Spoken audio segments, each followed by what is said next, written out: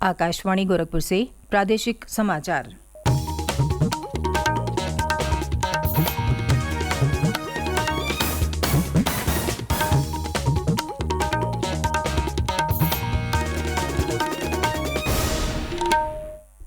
नमस्कार, समाचार बुलेटिन के साथ मैं सुकीर्ति अस्थाना। पहले मुख्य समाचार।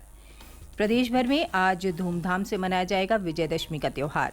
गोरखपुर में मुख्यमंत्री योगी आदित्यनाथ करेंगे शोभा यात्रा की अगुवाई। नवरात्र के आखिरी दिन प्रदेश भर के शक्तिपीठों और देवी मंदिरों में उमड़े भक्त। देर रात तक पंडालों में श्रद्धालुओं ने किए देवी दर्शन। भारत निर्वाचन आयोग 27 अक्टूबर से शुरू करेगा विशेष अभियान। मतदाता बनने या संशोधन कराने के लिए कर सकते हैं आवेदन। और अयोध्या में दीपोत्सव की तैयारियां हुई तेज, जलाए जाएंगे 24 लाख दीप।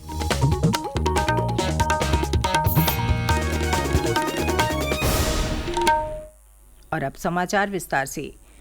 बुराई पर अच्छाई, असत्य पर सत्य और अन्याय पर न्याय की विजय का पर्व विजयदशमी आज प्रदेश भर में हर्षोल्लास के वातावरण में परंपरागत ढंग से धूमधाम से मनाया जाएगा। प्रदेश के विभिन्न भागों में, विशेष रूप से ग्रामीण अंचलों में आज दशहरा मेलों के आयोजन किए जाएंगे।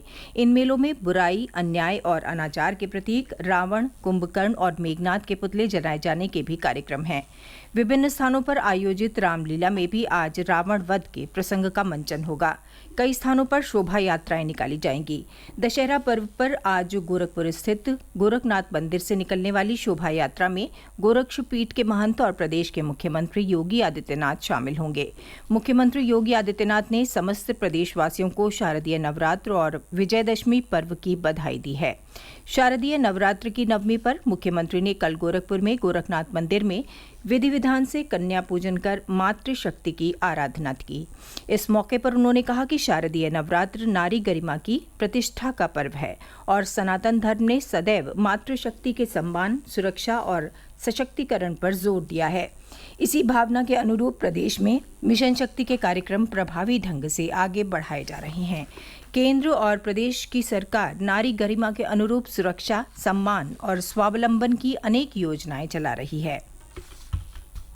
ये मेरा सौभाग्य है कि कुंवारी कन्याओं के पूजन के अनुष्ठान के इस कार्यक्रम को संपन्न करने का अवसर मुझे प्राप्त हुआ। यह मातृशक्ति के प्रति सम्मान और सशक्तिकरण का एक बहुत अच्छा और पवित्र माध्यम भी है। पूरे प्रदेश में इस अवसर पर जहां नौ दुर्गा पूजा के कार्यक्रम हर्षोल्लास और उमंग के साथ आयोजित हो रहे हैं, वहीं शासन के स्तर पर मिशन शक्ति का कार्यक्रम भी बहुत प्रभावी ढंग से आगे बढ़ रहा है। केंद्र और राज्य सरकार की तमाम ऐसी योजनाएं जो नारी गरिमा के अनुरूप उनकी सुरक्षा, उनके सम्मान और उनके स्वावलंबन से जुड़ी हुई है, इसके प्रति जन जागरण और इसके प्रभावी क्रियान्वयन के लिए मिशन शक्ति के चतुर्थ चरण का एक कार्यक्रम हम लोग वर्तमान में कुशलता पूर्वक आगे बढ़ा रहे हैं।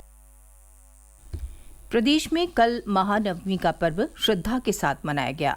प्रदेश भर के शक्तिपीठों और देवी मंदिरों में श्रद्धालुओं की भारी भीड़ लगी रही।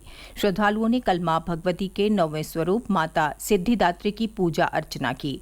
बलरामपुर स्थित देवी पाटन शक्तिपीठ, सीतापुर जिले के नैमिषारण्य स्थित मां ललिता देवी मंदिर और वाराणसी के दुर्गा कुंड पर श्रद्धालुओं की लंबी कतारें लगी रहीं। सहारनपुर जिले की शिवालिक पहाड़ियों पर स्थित मां शाकुंभरी देवी मंदिर, गोरखपुर के तरकुलहा देवी मंदिर और महाराजगंज के लेहड़ा देवी मंदिर में भी माता के दर्शन पूजन के लिए श्रद्धालुओं का तांता लगा रहा।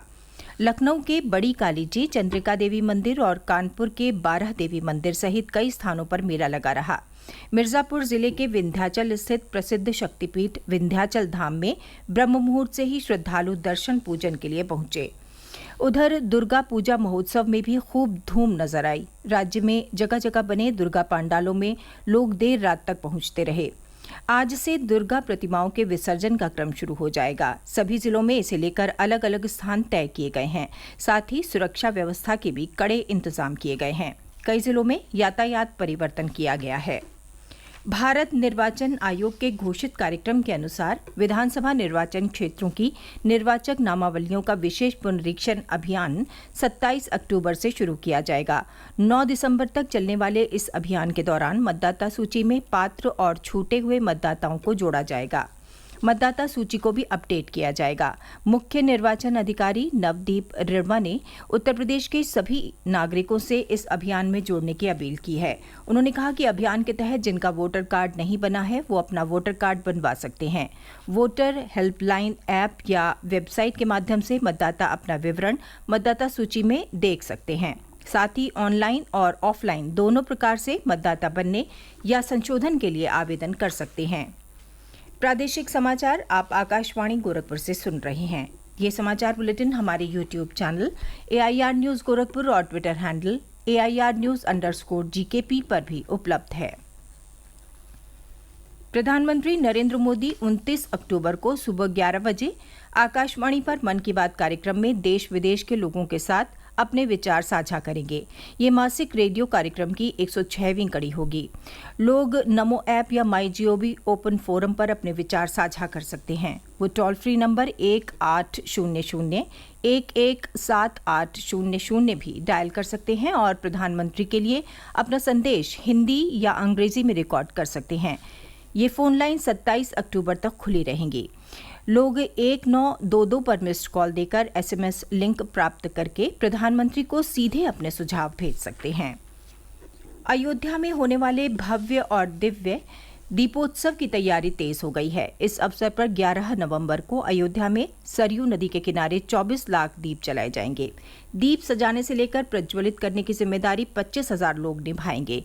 इसमें डॉक्टर राम मनोहर लोहिया अवध विश्वविद्यालय अयोध्या के परिसर और संबद्ध महाविद्यालयों, इंटर कॉलेजों के विद्यार्थी, अध्यापक और बड़ी संख्या में स्वयंसेवी संगठनों के सदस्य भी शामिल रहेंगे।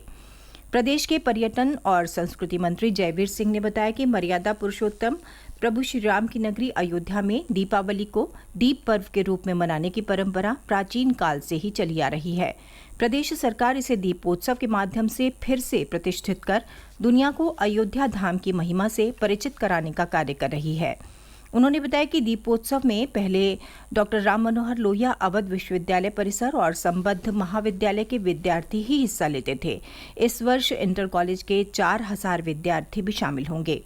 दीपक लगाने के करीब एक सप्ताह पहले घाट समन्वयक और ग्रुप लीडर को जरूरी दिशा निर्देश भी दिए जाएंगे। पर्यटन मंत्री ने बताया कि दीपोत्सव में इस वर्ष 21 लाख दीप प्रज्वलित करने का लक्ष्य रखा गया है। मेरी माटी मेरा देश अभियान के तहत प्रदेश में विभिन्न कार्यक्रमों का दौर जारी है। इसी क्रम में मथुरा में अमृत कलश यात्रा निकालकर लोगों को पंच प्रण की शपथ दिलाई गई। अभियान के अंतिम चरण में राज्य स्तर पर कार्यक्रम होगा। इसके बाद राष्ट्रीय स्तर पर दिल्ली में कर्तव्य पथ पर मेरी माटी मेरा देश अभियान के तहत कार्यक्रम आयोजित होगा। नेहरू युवा केंद्र संगठन के क्षेत्रीय निदेशक श्रीकांत पांडे ने बताया कि कर्तव्य पथ पर होने वाले कार्यक्रम में उत्तर प्रदेश का एक मंडप बनाया जाएगा जो प्रदेश की संस्कृति और कला को दर्शाएगा। पूरे उत्तर प्रदेश से 6,000 युवा इस दिल्ली के कार्यक्रम का हिस्सा होंगे। 825 ब्लॉक है, उनसे 4-4 हमारे युवा जाएंगे और सांस्कृतिक दल भी जाएगी इनके साथ में। एक युवाओं का पूरा टीम जाएगा और ये 6 विशेष ट्रेन से इनको यहाँ से भेजा जाएगा। और इसमें ये भी कार्यक्रम है कि जितने रास्ते में दिल्ली तक जाएंगे उन ट्रेनों का हर स्टेशनों पर स्वागत भी हो। और उसके बाद में कर्तव्य पथ पर जो कार्यक्रम होने वाला है उसमें उत्तर प्रदेश का एक मंडप बनाया जाएगा जो पूरे कलाकृति और जो अपनी उत्तर प्रदेश की एक प्रस्तुति है उसको दर्शाएगा। और सारी सुविधाएं उसमें रहेगी जिसमें हमारे युवा रहेंगे और अपनी प्रस्तुति भी देंगे और अपनी सांस्कृतिक गतिविधियों को भी कर्तव्य पथ पर प्रस्तुत करेंगे। मुख्य सचिव दुर्गा शंकर मिश्र ने कल मिर्जापुर में मां विंध्यवासिनी का दर्शन पूजन किया। साथ ही निर्माणाधीन विंध्य कॉरिडोर का निरीक्षण करके निर्माण कार्यों की प्रगति की जानकारी ली और नवंबर माह के अंत तक निर्माण कार्य पूरा करने के निर्देश दिए।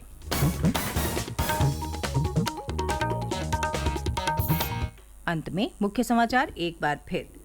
प्रदेश भर में आज धूमधाम से मनाया जाएगा विजयदशमी का त्योहार।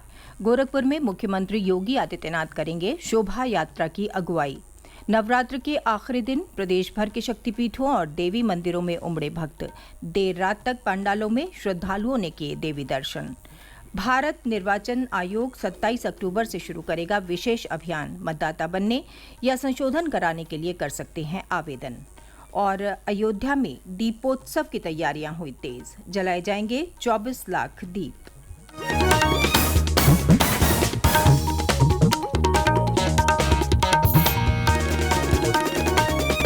इसके साथ ही ये समाचार बुलेटिन समाप्त हुआ। नमस्कार।